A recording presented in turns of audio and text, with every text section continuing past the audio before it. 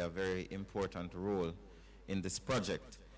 We also have beside him Mrs. Jacqueline Lynch Stewart, who is Acting Chief Technical Director here at the Office of the Prime Minister.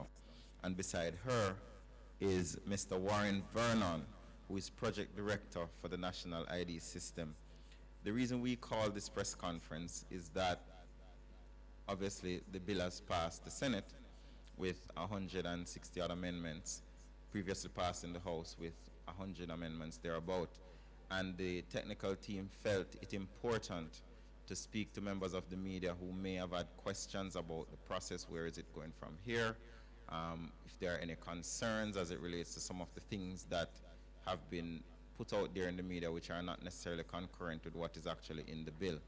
So we know the background. NIDS has been the discussion about NIDS has been around for a very long time. Previous administration moved it to OPM because they felt that it was an important law to transform Jamaica and to really bring it into a digital society. Our current Prime Minister made a decision to spend a lot of time and a lot of effort in getting this bill passed. We had consultations widely across the country with civil society groups, with community groups, with persons within government. And we believe here at OPM that this is a good bill, this is a good law, and it will be to the benefit of the Jamaican people. We're not to respond to questions that members of the media may have. The gentleman from the RGD is here, and he will also speak about an aspect that I don't think a lot of persons have been made aware of, and that is the evolution of the RGD into the organization that will manage this national identification process. So we are here to take your questions that you may have, and you can just begin by just asking your questions. We have a mic ready. Ms. Precious from TVJ. Good morning. My name is Janella Precious, TVJ. The bill has passed. Now what?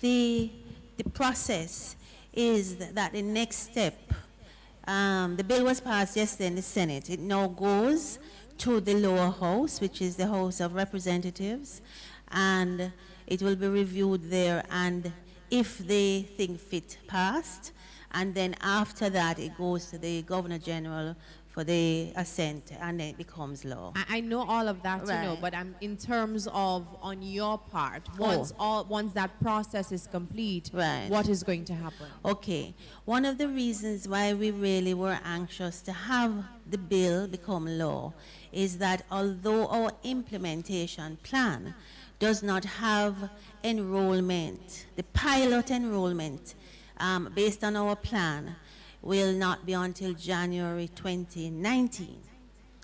And in fact, I'll be honest with you, because the bill has taken a little longer than we in the project team had anticipated, we will have to now go back and even see if January 2019 is realistic for the pilot. So we may even have to push it back by maybe 1 or 2 months. But let us assume, because we haven't yet had that discussion yet, let us assume that the implementation plan remains as it is.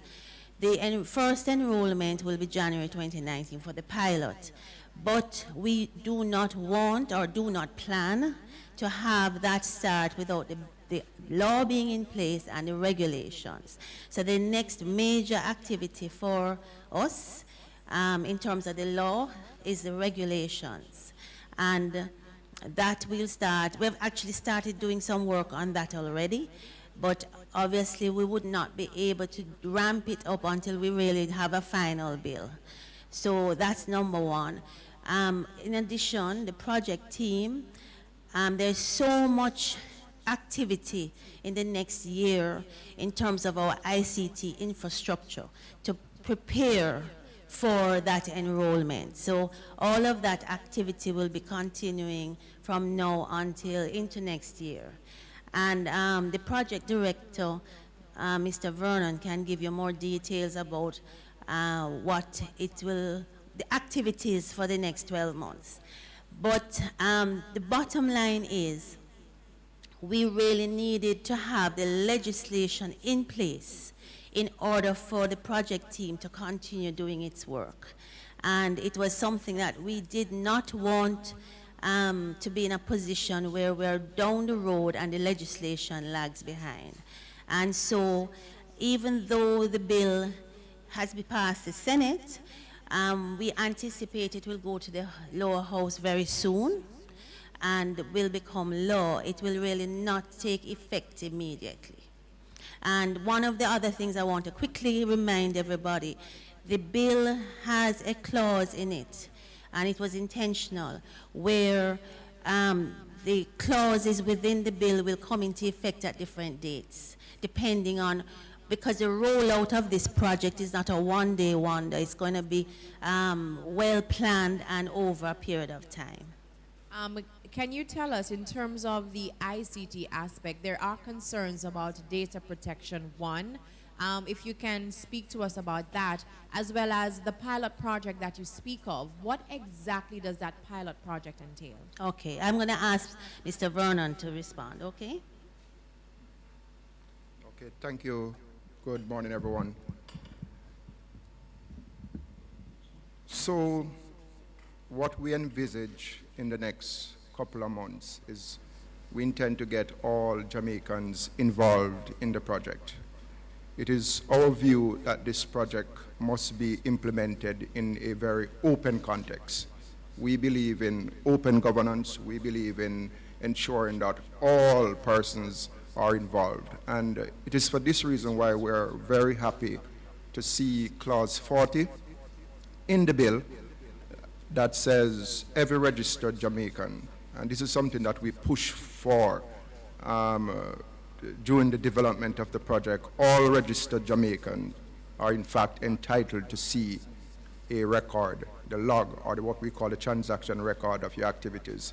So when you look at the scope of the project, while we have in place so far to an extent the governance structure, which is the legal framework to guide the development of the project, but there are so many things that will be required to get this thing working. One, we will continue our efforts with all of the various working groups and stakeholders to develop the various business processes to ensure that all of the functions of the system, they are in fact designed to support the citizens, they are designed to support government, they are also designed to support the private sector. So on the issue of security, security is a major concern for the project. It's a major concern for us from day one, and it is also a major concern for all Jamaicans. And we recognize this. And it is for this reason why we included as part of the project scope to develop what we call a cybersecurity strategy for all of government. And a cybersecurity strategy is not just a document that you develop and put down. It is in fact a living document, and it is a document that will help this entity and help the government of Jamaica to ensure that you don't have a security breach. And a cybersecurity strategy is not only to prevent a security breach, it is also there because we know that there is no absolute system. It is also there for the government and for the managers of the system to take what we call proactive actions. And let me use an example that is in the domain now. I was in Argentina last week, Friday, and I met with the EID domain manager for Estonia. And I was very happy to know that the proactive actions that they took to respond to a weakness in their system was a result of the provisions that they have in their cybersecurity strategy. So it is normal. I mean, for those of us who are in tune with electronic devices, quite often you see where you get security updates on your devices, on your computer. You see if you have a smart TV, you get security updates, because software systems in general, they are not absolute. And your cybersecurity strategy and your security mechanisms that you are put in place must be continuously monitoring. And back to the Estonia example, because of their cybersecurity strategy, they would have employed a security expert to keep testing their system, and it was from that exercise that the government discovered the weaknesses and put in place the fix. So we are very much aware of that, and we are doing everything possible, abiding by all of the international standards. And again, the key provision, which is to ensure that all Jamaicans will see the logs for every request that you would have authorized on your behalf for your identity verification. The pilot project, as you know, initially the Prime Minister in the development of the project would have mentioned January 2018, but because of the delays in getting the legal framework in place, we are now delayed a little, but we see the pilot project coming on in January 2018, and that will begin in 2019 with civil servants. And the reason for this is because you would agree that we need to have in place a pilot project to figure out all of the various weaknesses and ensure that we fix them before you go on a national rollout. Because a pilot project is something that you will learn from to make sure that the system is ready and it is there to meet the purpose for what it was intended for. So after the pilot project in January 2019, we envisage that this will last for about 9 months. So somewhere about September 2019, we intend to move into the national rollout. To be clear, you said that the pilot project, it will involve civil servants. All civil servants? Yes. What will they be required to do? Just as part, what is being proposed now, because you would agree that the law is, while we are very advanced, it is not yet fully enacted. But what is being proposed now is that at the point of enrollment, persons will be required to give, as prescribed by law, your full name, your date of birth, your biometric information, which is your fingerprint, facial image, and your manual signature. Now, we are very much aware, and I am happy to see Ms. Hendricks in the room, that there are a number of Jamaicans with disabilities that are unable to give some of the biometric information that we are asking for. And if you look at the schedule, you'll realize that if you are unable to give fingerprint, if you are unable to give some of those, what we call core biometric information, then we will use other biometric attributes in order to register the individual. Upon registration at the registration center, you will go through a very rigorous assessment process or verification process to ensure that the data is in fact clean and that the content of what we are recording is in fact unique to that individual. Because you would agree that the policymakers from day one presented the national identification system as a core tool, as the ecosystem for transforming Jamaica into a digital state. And you would agree that in a digital state, in a digital society, the traditional means of verifying someone by way of what a person has, such as your first name, your date of birth, where you were born, by way of what a person knows, such as your password and your PIN that you use, are in fact no longer adequate, are in fact no longer sufficient to verify or to guarantee who you say you are. So as part of this solution, the key component in ensuring that the profile that we are going to store is ensuring that each person's identity is unique, is really the biometric information that will be a part of the profile. Okay, my final question is that we're talking about thousands of civil servants. Tell me about the equipment that you will use. Have they been acquired? Are you in the process of acquiring them? What is the cost of this pilot project? Okay. What I can tell you now, you would appreciate that we are now in the middle of the procurement process. So there are certain information that I can't give, but what I can tell you now, I can give you a quick overview of what we intend to do. You would have seen in the media and in the public domain that the entire project will cost the country 68 million US dollars.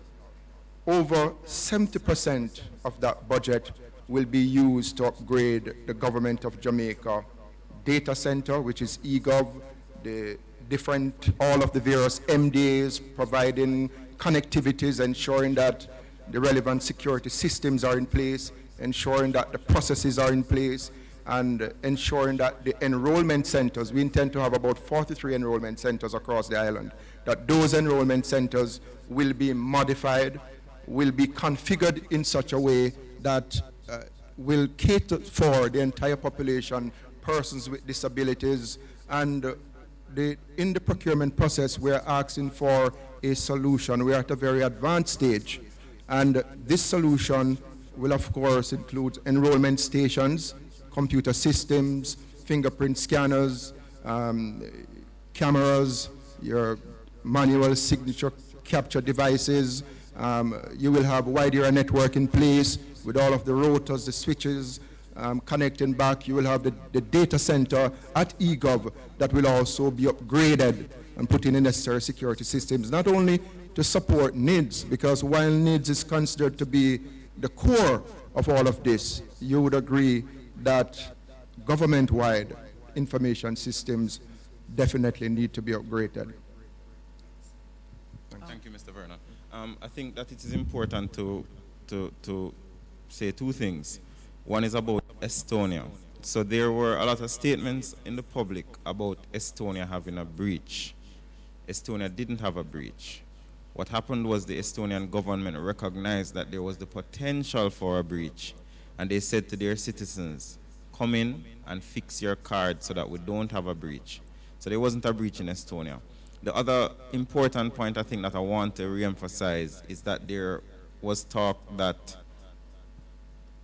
all the money was to put in a national ID. That is not correct.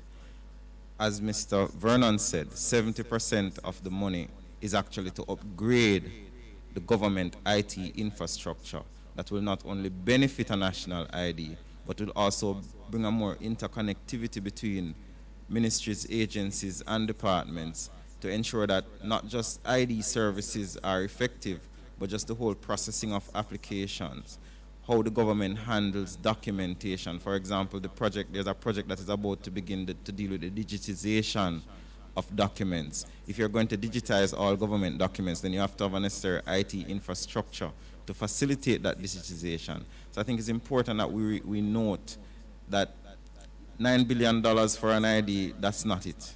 It is a whole government-wide modernization of government IT infrastructure with all the modern security features. When we're finished modernizing the government IT infrastructure, it will be one of the most modern in the hemisphere, and it will be one of the most secure in the hemisphere. Ms. Virtue? Good morning. I'm sorry I'm having a little voice issue, but I think it is for Mrs. Lynch Stewart or Mr. Vernon. One of the arguments out there is that the NIDS will become, sometime down the road, the one-stop identification system to replace all existing IDs that we have. I'm not sure if it is misinformation, and as someone from the press, I would like that to be clarified. And if it is to replace all existing IDs, does that mean that everyone will now have a passport, a driver's license, and all the other identifications that would have been required, for example, a voter's ID, number one? And if this is part of the misinformation that is out there, does it not tell you that a lot is needed where public education is concerned about this bill? All right, so if you allow me to answer your second question before she answers the first one, because I think my unit has a lot to do with, in the initial stage, before the project begins to roll out effectively, the public education. So we will confess that there was public education before this bill went to Parliament, but we can argue whether it was enough. And we said from the beginning that there is a national public education campaign that is to be rolled out. That started on Monday at 1 p.m. You will note that there are ads on television, ads in the newspapers, ads on radio, ads on social media, educating people about what the NIDS means. The difficulty with having public education before you have a law is that you may be educating people about something that does not exist. So let's say we're educating you about a clause in the bill that the Senate decides should not be there. Right? So there was some public education, but it was a bit difficult to launch a national public education campaign when you do not have a law that you can predicate that public education on. There are additional things that are supposed to come. There are going to be a series of community meetings all over the country. The first one begins next Thursday at Emancipation Park, where the NIDS team and others who have knowledge about NIDS will be at Emancipation Park answering questions as we're doing this morning. There'll also be engagement with the media, where the NIDS team and other persons who are connected will be available to all media houses, all interest groups, all stakeholder groups to answer whatever questions they wish to ask. And there'll also be a framework created to update the nation consistently on the steps that are being taken in the implementation of the program. Ms. Lynn Stewart, you want to answer the first question? Could you repeat the first question, Erica? Oh, the first question was about the NIDS eventually becoming a one-stop ID. So the idea, before Warren comes, and I think from a policy perspective, I can articulate some of it and Warren will finish, is that one of the challenges that we face in Jamaica is that we have a multiplicity of quote-unquote identification documents, which are not identification documents. So your driver's license is not an ID, it's a driver's license. Your electoral ID is not an ID, it's an electoral ID. Your passport could be considered identification to my apologies. Let me turn it off. So your passport could be considered some sort of identification because it allows people in another jurisdiction to identify you while you're crossing their borders. But it's not an effective identification domestically because it comes at a cost, and not everybody within the society may be able to afford a passport. So what is NIDS trying to do? NIDS is trying to create a framework where every single Jamaican has a secure, verifiable identification, starting with a NIN, which is a national ID number, and then eventually when you reach a particular age with a national ID card. The difference between a national ID that we are proposing and all that currently exists is verification. So the framework has been created where, let's say for example, Janella, you want to buy a car. You see an ad in the paper, you want to buy a car, you go to the person, you meet them. There's no way for you to know based on the current identifications that are out there if the person you're buying the car from is indeed the person on the driver's license. Because you cannot go to the transport persons or the TAJ and say, this person is selling me a car, his driver's license number is X, who is he? Because they don't have the framework for that. And not only that, but some of the systems are also not as clean as they could be. So you have a lot of duplication. We've heard things about TRN. A lot of work has been done to clean up TRN. So the idea was start off with a new database where we have fresh data, verified data, and a system that is verifiable. And I'll allow Mr. Vernon to speak more technically about that. Thank you, Robert. So it is important to note that the government has a very expensive portfolio of identification systems, or so-called identification systems. If you have to do business with the government, you realize that everywhere you go, you have to present, or at least have to apply for some different form of identification or some form of documents in order to do business. The purpose of NIDS is to create, as you so put it, one ID, one identity for all Jamaicans to do business. As it relates to passport, your passport is really an international travel document. And while there are provisions in the law, as it is proposed now, to have your NIN in the passport, Jamaica is really at a very unique place, especially when you look at regional integration. In the Caribbean, we don't function the way how the countries in South America and Latin America function, because right now there are agreements where they can use their national ID to travel between those countries. And of course, if they are going up north or to other countries, they have to utilize their passport. So we still see, and it will always be relevant to have a passport, whether it's going to be your e-passport. There will always be a need for a driver's license. But what is important to note is that this expensive portfolio of government IDs will eventually go and be replaced with this one number that is managed from a central place. And the key behind this is that it will not only make your life easier to do business, but it will also significantly reduce duplications across government and cost.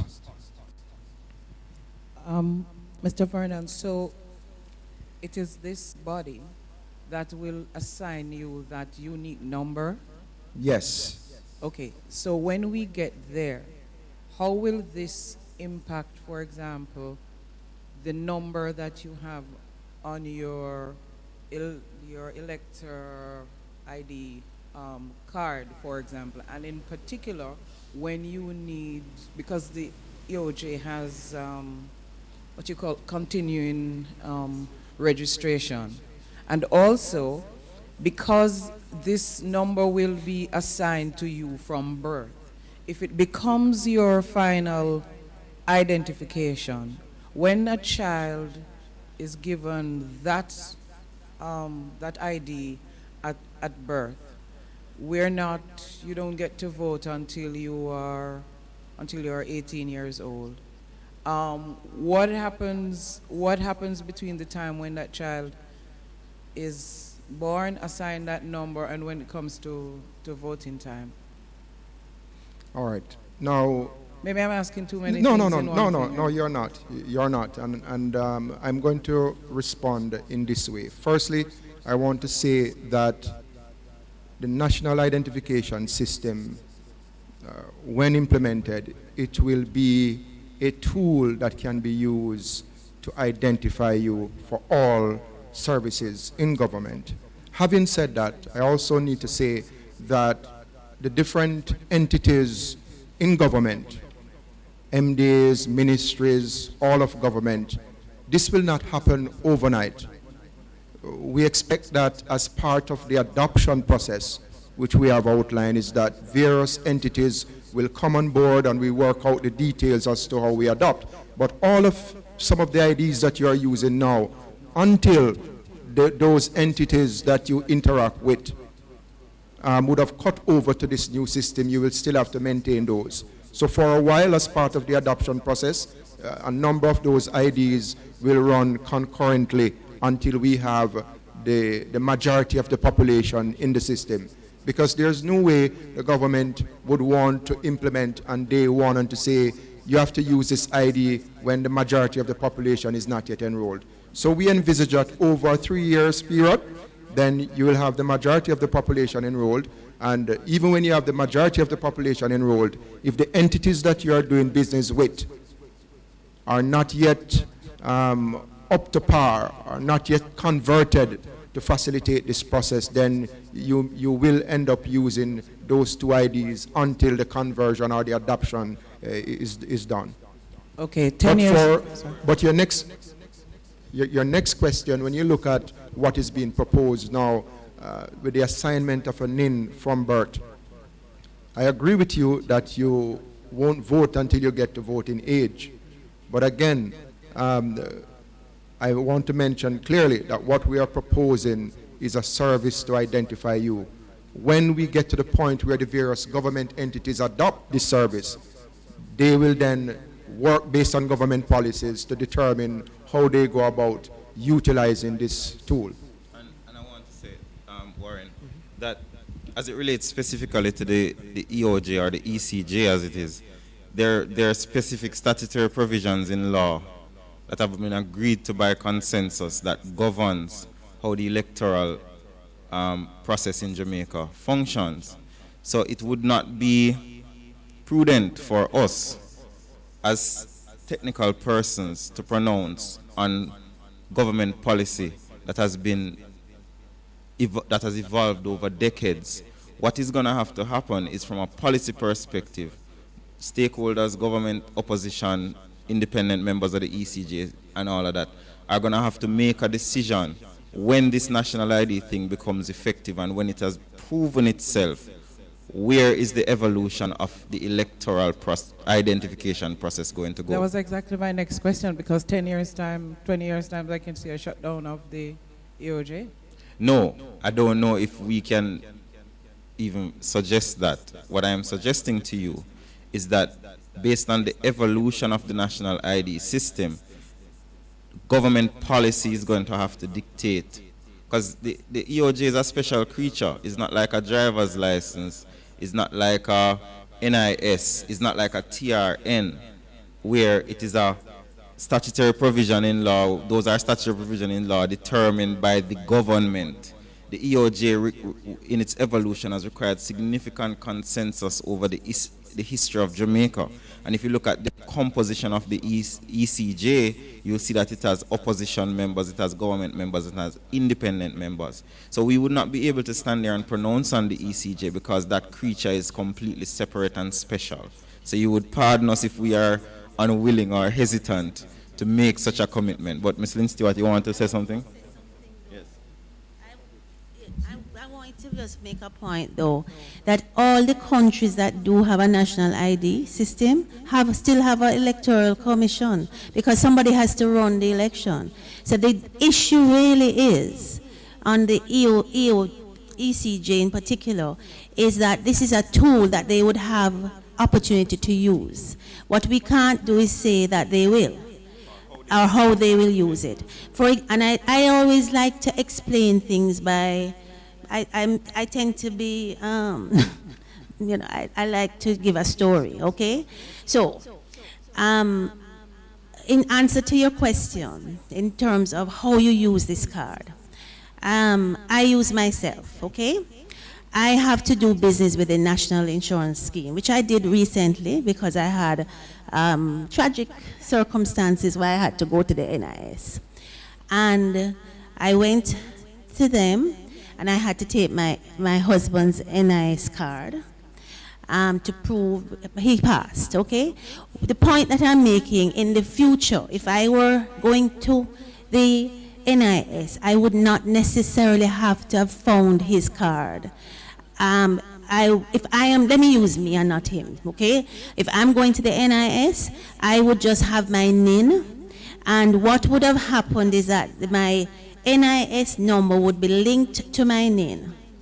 So when I go there and I give them my card or my number, they bring it up and it would be a link, because the original number that I have will remain in their system historically.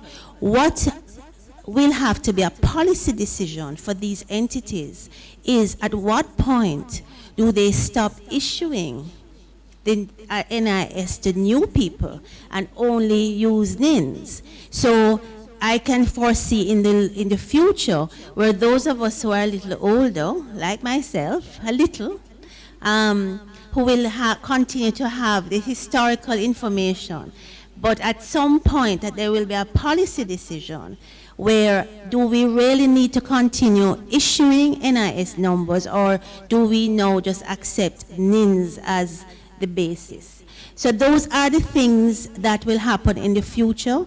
What I always say to people when I speak to them about this project, we tend as a culture and I'm a proud Jamaican, so I'm not saying anything about us. I'm talking about myself too. We tend to like things to be done immediately. We're not tend to be, you know, this is a project that is going to be rolled out over a period, and it is so important that we in the project plan it and roll it out in an organized, efficient manner, because what we don't want is to put the country into chaos. And however, if you can just vision with me long term, the benefits are going to be there not too long either. I'm not talking about 10 years, because other countries have done it in less and with larger populations. But the point is, it's going to be systematic, where over time, the NIN becomes the key. So for example, if I go to the bank to open a bank account, I don't need now to carry, right now I have to carry my passport, my driver's license, and get JP to sign whatever, etc. It will be much simpler, because it's going to be easier for the bank to use my NIN, use my biometric, verify who I am, and the process will be simpler.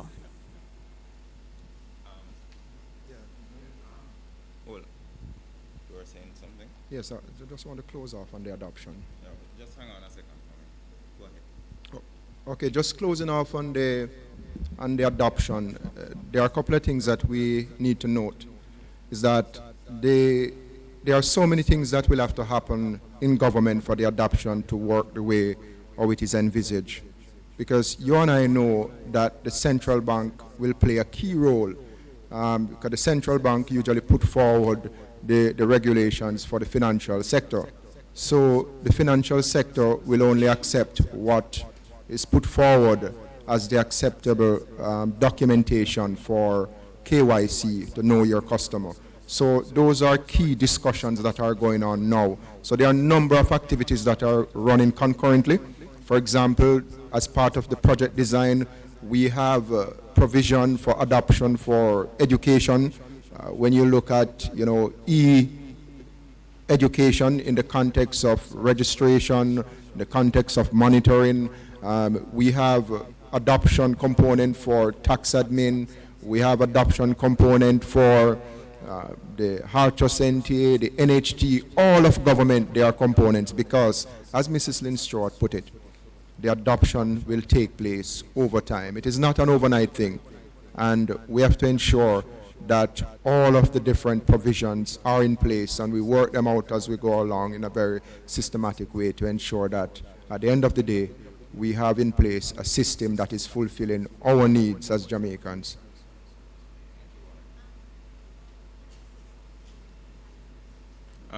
Ms. Lynn Stewart wants to make an additional comment about the pilot.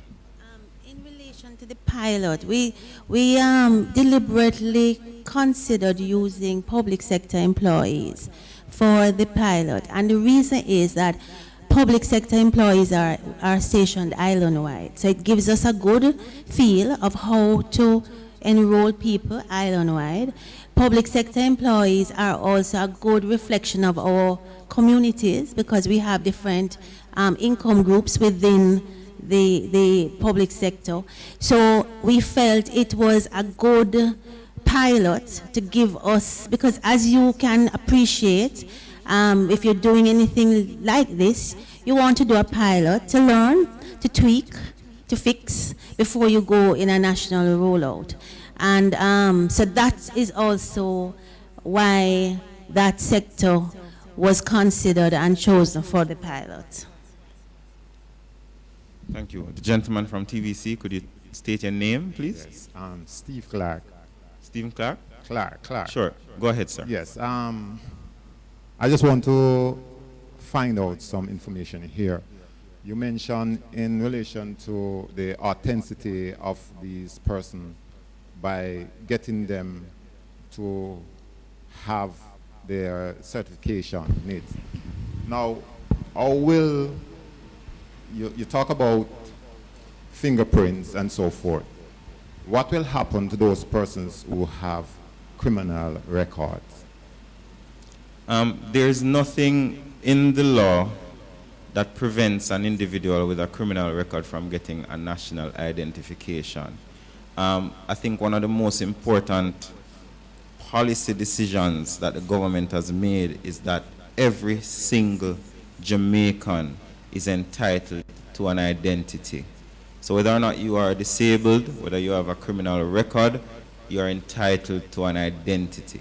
So there's nothing in the law that prevents or discourages someone with a criminal record from having a national ID. Okay, but what you must also understand is that you will need that identification when you travel, and when they put that on like they scan it to see your record or whatever, will that come up to say? Well, the national ID does not deal with your penal history. What the national ID deals with is your identity. It doesn't have anything to do. The government is not going to merge the Ministry of National Security's criminal records documents with the national identity system, because those are two totally different things. So when you present your ID, so let us make something clear.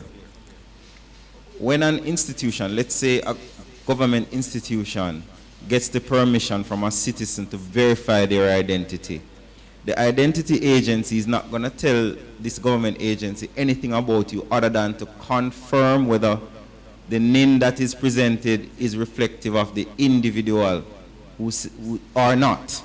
You understand where I'm coming from? So nobody will be able to see your biographic or demographic data. When you're taking services from people, all they can do is they can verify whether this is Robert Nestor Morgan or this is not Robert Nestor Morgan. There's no other information.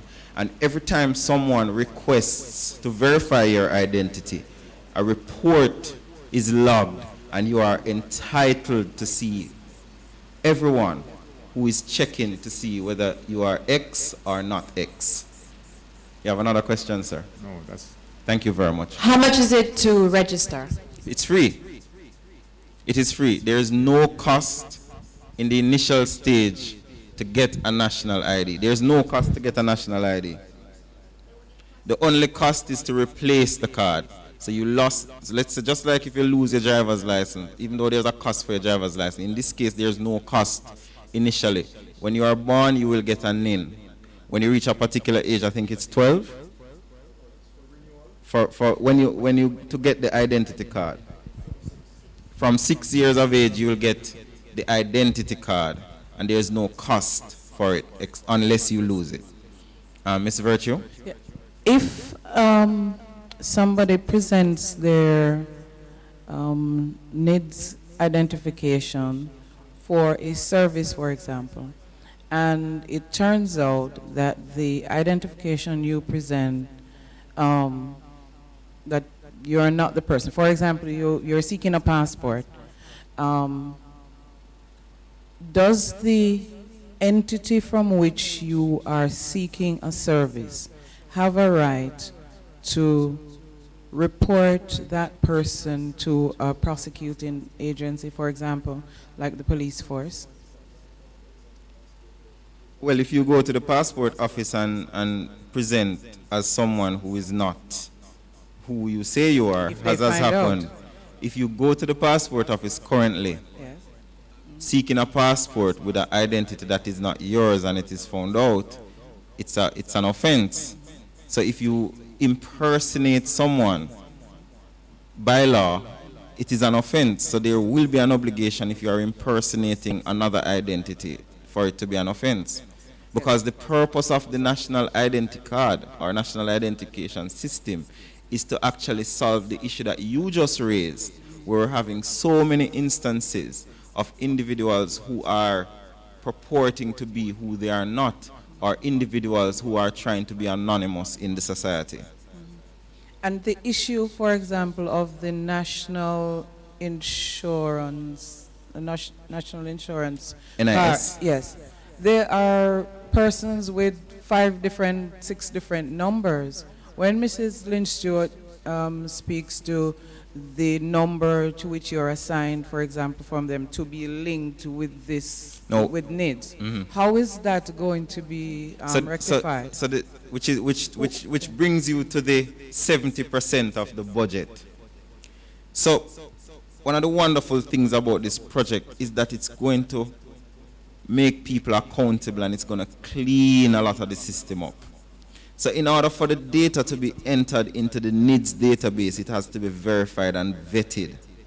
So a person who has 5 NIS is going to have a problem, because throughout the process of getting a national ID and linking that to the NIS, we are not going to put data into the system that is compromised. So the process of installing the cybersecurity policy, the regulations that have to deal with how data is handled, and also, even though it has not been passed yet, the data protection bill, all of these put together is aimed at ensuring that there is security within the system to complement the secure ID process that we're doing. Do we have any more questions? Mr. Henry. The 70% before, and you have mentioned it again, but I mean, you haven't given us much detail about it, and I think that is the most important new information I've heard today. It is difficult to give you details about the sum that will be used to fix eGov, well, not fix, to evolve eGov, because a lot of the processes that have to do with that evolution is taking place. For example, RFP has been put out. So we would not be able, based on government relations, to tell you what's the cost of the RFP or how much we're expecting people to bid. And a lot of the spending is going to be based on the competitive tender process. How much are people willing to provide these equipment and services for to the government? So while we can say to you that a significant portion of the funding is going to go towards evolving the government technological foundation and helping to bring us forward into a digital economy, we cannot give you specifics so that we're going to spend X amount of millions on this computer system or X amount of millions on that. There are projections, but if we come here and start to predict it, we might be in violation of the procurement process. Mr. Vernon, you want to make an addition?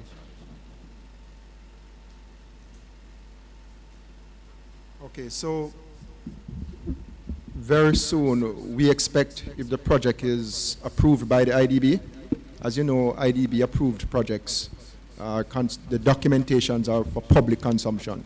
So we expect that as soon as the project is approved, that all of those documentations will be made public. So you will see, based on component, all of the different things that we intend to do and the cost per component. For example, I can give you some of the components now, but I can't tell you the cost yet because the project is not yet approved. Yeah. One, there's a component for the legal framework. There's a component for the entire infrastructure and the setup of the system.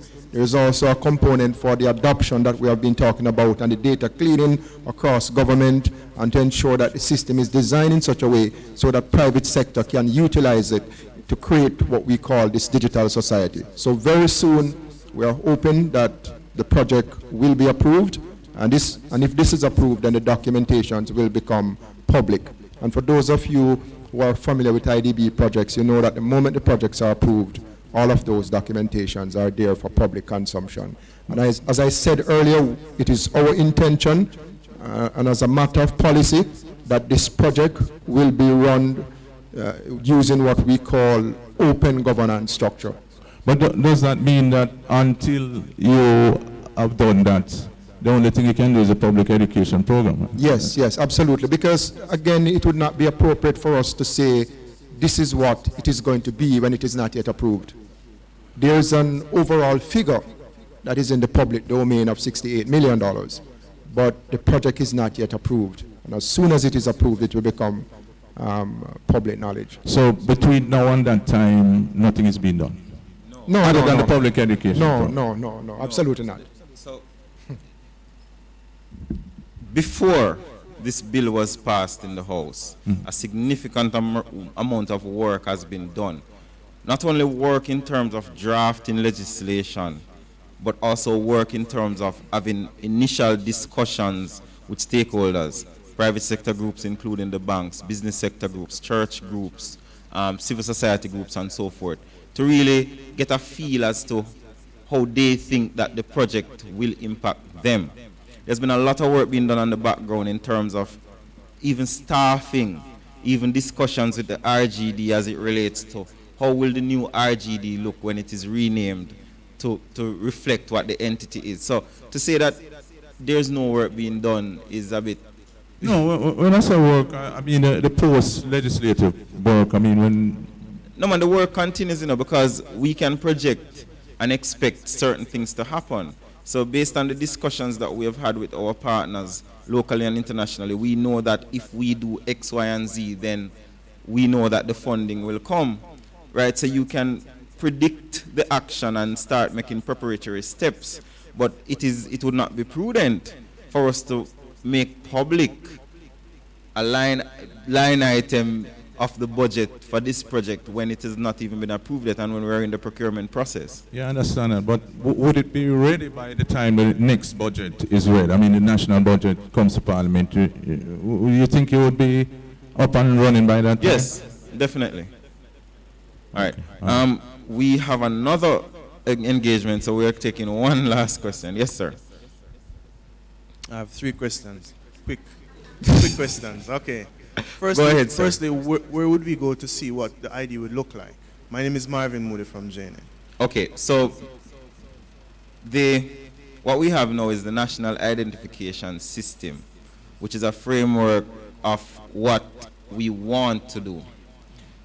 As it relates to the creatives and what the ID will look like, that is a part of the whole procurement process. So you're going to have to hire somebody to come up. You're going to have to send out a tender. People are going to have to bid, and then they're going to have to come up with what the ID looks like, how is it going to work specifically. So we have a general understanding based on the policy of what Jamaica wants the ID to look like and how we want it to be used. But as it relates to the specific manifestation of it, the color it will have and all of those things, we'll have to wait on the process. Okay, the follow-up question is, what about the infirmed and the incarcerated? How would you get to them? Is there a plan to get Well, there is. to them? I mean, we are going to have static and mobile registration facilities. Static facilities meaning either at a government office, at a government office where you can go in and say, I am X, I want to register for my NIN. They're going to be mobile where persons who are indigent, who are shut-ins, persons within the penal institutions and so forth, where you're actually going to go to them to get it. Because included in the whole policy is an idea of inclusion. So I repeat again, part of the reason why you hear about iris is not because we are going to be taking everybody's iris, but there are some persons in Jamaica who may not have a fingerprint because of the work that they do, or they have lost their hands. So the only other next step to get a verifiable biometric is an iris. There are some people who don't have hands and don't have eyes. So if you don't have a hand or two and you don't have any eyes, then the next step would obviously have to be taking your toe print, which is also a unique identifier. So it is interesting that some of the criticism is not based on a nefarious intention by the government, but rather a inclusive intention to bring everybody together. And I think as the public education rolls out, more and more people are going to have a better understanding of that this thing is not just some monster who is coming to take over your life, but it's something to actually make your life better. The final question is, some Jamaicans by nature are resistant to change. Yes. So will it be mandatory? I say someone in the country say, I don't want them to scan my fingerprint, I don't want them to scan my eyes. As the law was passed yesterday, we are going through a process that is going to take several years. When the process is complete and a majority of Jamaicans have signed up to this system, there are measures within the law that says if you do not have a national ID, NIN, then you will not be able to access particular services. It was made clear in the law that in cases of emergency, life and death, accessing particular health services, that there will be no restriction. But in order to ensure that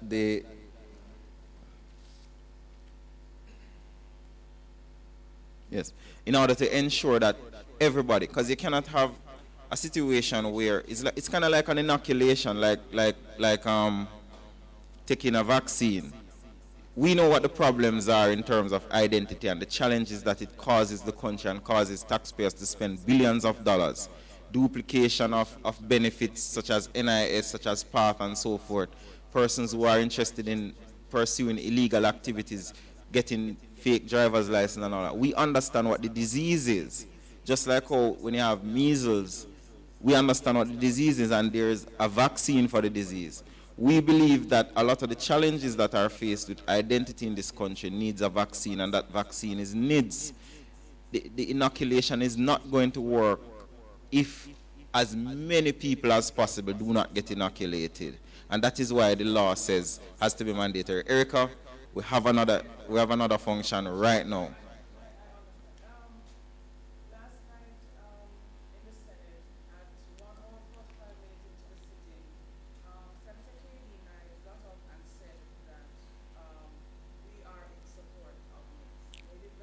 Yes.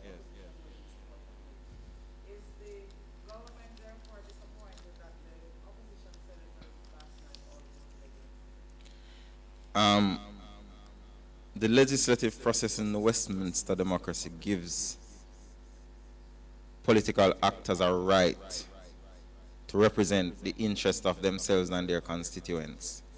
I could not stand here and express disappointment or appreciation or anything towards the senators who voted against the bill.